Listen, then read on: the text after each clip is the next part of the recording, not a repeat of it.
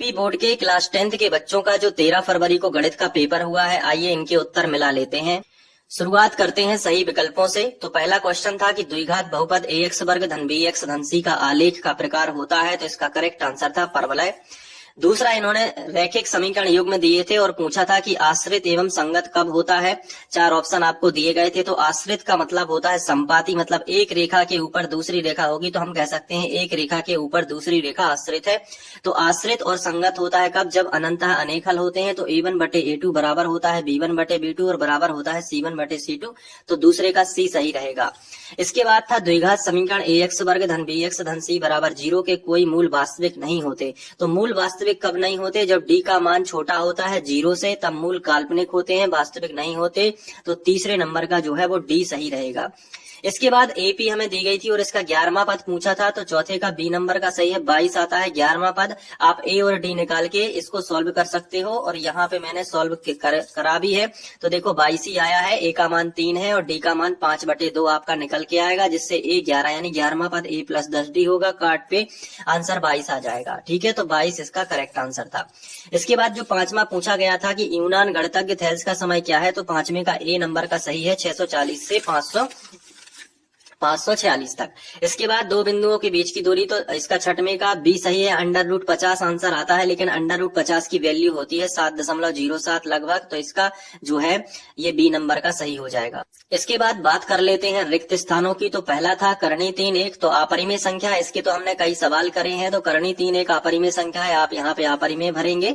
इसके बाद दूसरा खाली स्थान था कि चर x के बहुपद px की x की उच्चतम घात क्या होती है, तो इसे हम बहुपद की घात कहते हैं। तो बहुपद की घात ये कहलाती है। अगला था कि द्विघाती समीकरण ax वर्ग धन bx धन c बराबर 0 को हल करने हेतु तो द्विघाती सूत्र क्या होता है, तो श्रीधराचार्य सूत्र हमें यहाँ पे लिखना था, जो वर्ग समीकरण को सॉल्व कर सकता है। x बराबर -b प्लस माइनस √b वर्ग माइनस 4ac/2a। इसके बाद था कि समांतर श्रेणी 7 13 19 205 में पदों की संख्या कितनी है, तो इसको सॉल्व करोगे तो 19 आता है। तो 19 कैसे आता है मैं आपको थोड़ा सा यहाँ पे बता देता हूँ कि देखो 19 कैसे आएगा।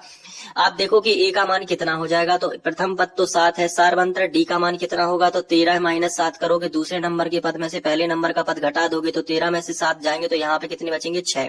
तो d का मान हो गया 6। अब जो आखिरी an है, an हमें दिया गया था 205 और n का मान, पदों की संख्या n ज्ञात करनी थी, तो n बराबर आप क्वेश्चन मार्क लगा देते। तो an का फॉर्मूला आप लगाते a plus n minus 1 into D. आप इस तरीके से करते तो an का मान कितना था 205, तो यहाँ पे आपको 205 लिखना है। a का मान कितना है 7 प्लस n माइनस 1 और d का मान कितना है, तो d का मान 6 है। तो आप यहाँ पे 205 में से इस 7 को घटाओगे और बटे में 6 कर लोगे और बराबर n-1 कर लोगे। तो 205 में से 7 घटाओगे तो 108 आएगा। 108 में से आप 6 से भाग करोगे और n-1, तो 6 से करोगे तो 6 एकम 6, तो यहाँ पे बचा कितना 4 6 8 48। तो यहाँ पे 18 बराबर n-1 हो जाता, माइनस का 1 इस तरफ, तो 18 प्लस 1 बराबर n, यानी n का जो मान है वो 19 आ जाता। तो n बराबर 19 जो है वो करेक्ट आंसर था।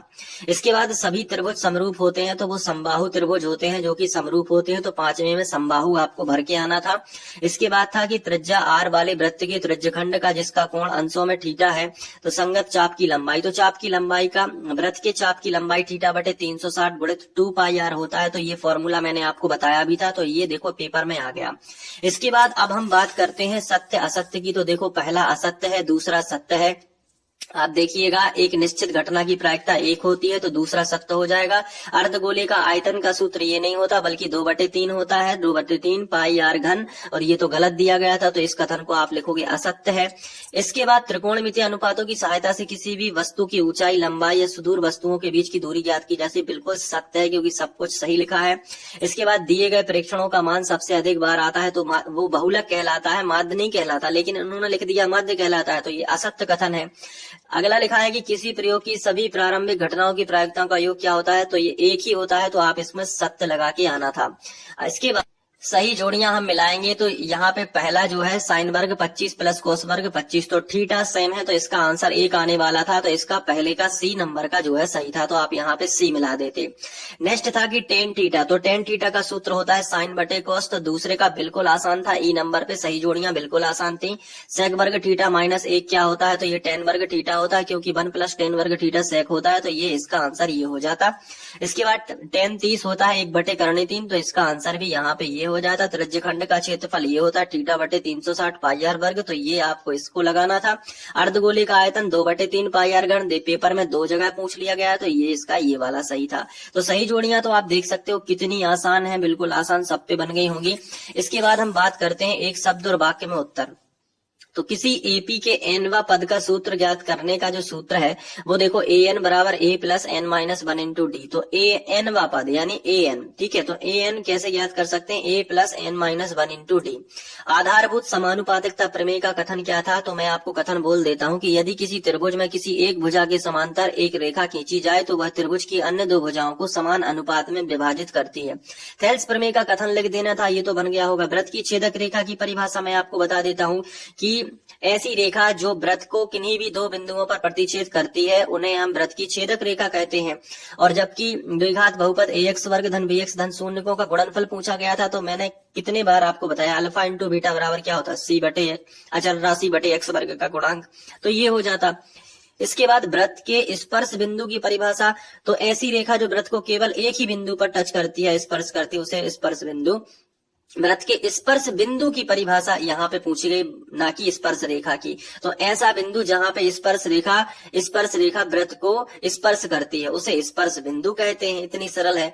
एक वृत्त के वृत्तखंड के क्षेत्रफल का सूत्र बताइए, तो एक वृत्त के वृत्तखंड के क्षेत्रफल का सूत्र क्या होता है, थीटा बटे 360 गुणित पाई आर स्क्वायर।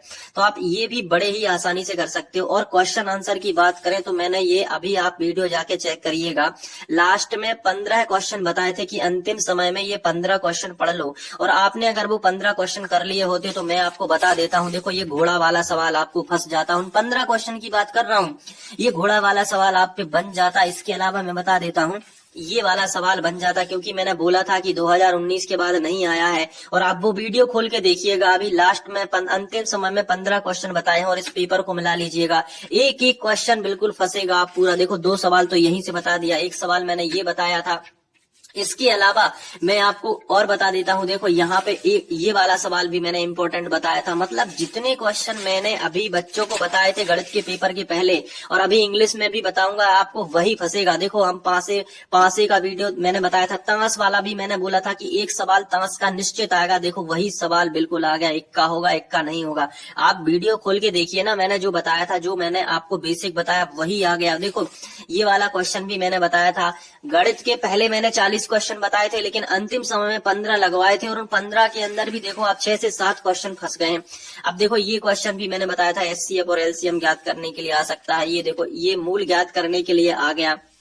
ये मीनार वाला सवाल देखो आप देख लेना, कितना सरल पेपर आया है। मतलब बहुलक से लेके रैखिक समीकरण युग्म को हल कीजिए, प्रतिस्थापन विलोपन किसी से भी आप कर सकते हो। दवा का कैप्सूल वाला इंपॉर्टेंट आप देखिए, अभी जाके देखिए आप, ये क्वेश्चन मैंने लगवाए थे। और आप खुद भी सोचोगे कि अगर वो 15 क्वेश्चन भी कर लेते तो आराम से 60-70 नंबर आपके आ जाते। गणित में ऐसी कोई बड़ी बात नहीं थी। माध्य ज्ञात करने के लिए देखो वही आ गया, बिल्कुल दैनिक रुपया परिवारों का। आप एक बार वीडियो जाके देखिए, मैंने कितना सटीक बता दिया था बच्चों के लिए। अब बच्चे पढ़ के ना गए हो तो इसमें मेरी क्या गलती है, लेकिन इंग्लिश में मैं आपको जो बताऊंगा वही उसी में से आने वाला है। तो आप अगर इंग्लिश में पढ़ना चाहते हो तो इस चैनल को छोड़ना नहीं है। यहाँ पे मैंने कई बच्चों की हेल्प भी करी है, तो आपको निश्चित ही हेल्प होगी। अच्छे से करके आना। ये पेपर का पूरा आंसर मैंने बता दिया, बाकी आपको जो भी लगता है आप कमेंट करके जरूर बताइएगा। ये पूरा पेपर सॉल्यूशन था। Thank you.